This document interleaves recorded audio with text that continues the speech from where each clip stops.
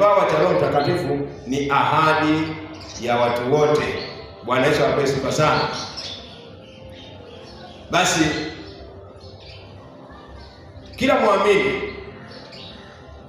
mwamini inampasa ajihakikishe na atambue ya kwamba anaye Roho wa Mungu ndani yake, kwa sababu ndio ahadi ya Yesu Kristo kwamba Roho wa Mungu lazima akae ndani yetu.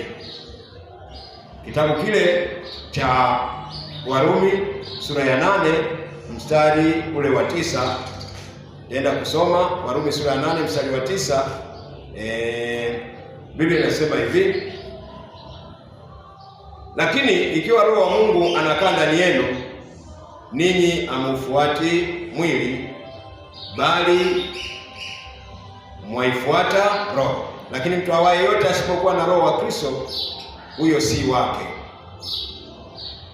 Kwa kila mwamini lazima hakikishe ana Roho wa Mungu ndani yake. Kama hauna Roho wa Mungu, wewe sio mali ya Yesu. Haleluya. Tunaendelea. Mili ya Wakristo ni hekalu la Mungu kwa sababu Roho Mtakatifu kaa ndani yao. Tumesoma zile aya mbili kitabu kile cha Wakorintho wa kwanza sura ya 3:16 na 17. Tukasoma sura ya 6 aya 19 na 20. Wakorintho wa kwanza. Miili ya Wakristo ni hekalu la Mungu kwa sababu Roho Mtakatifu ukaa ndani yao. Haleluya.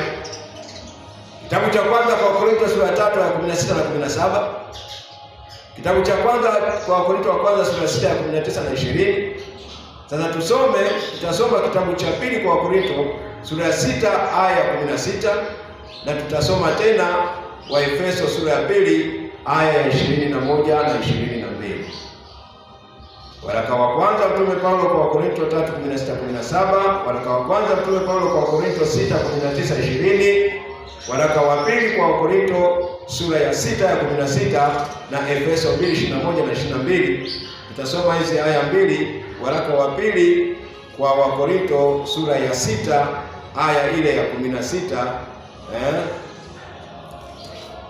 Biblia inasema hivi: tena pana mapatano gani kati ya hekalu la Mungu na sanamu?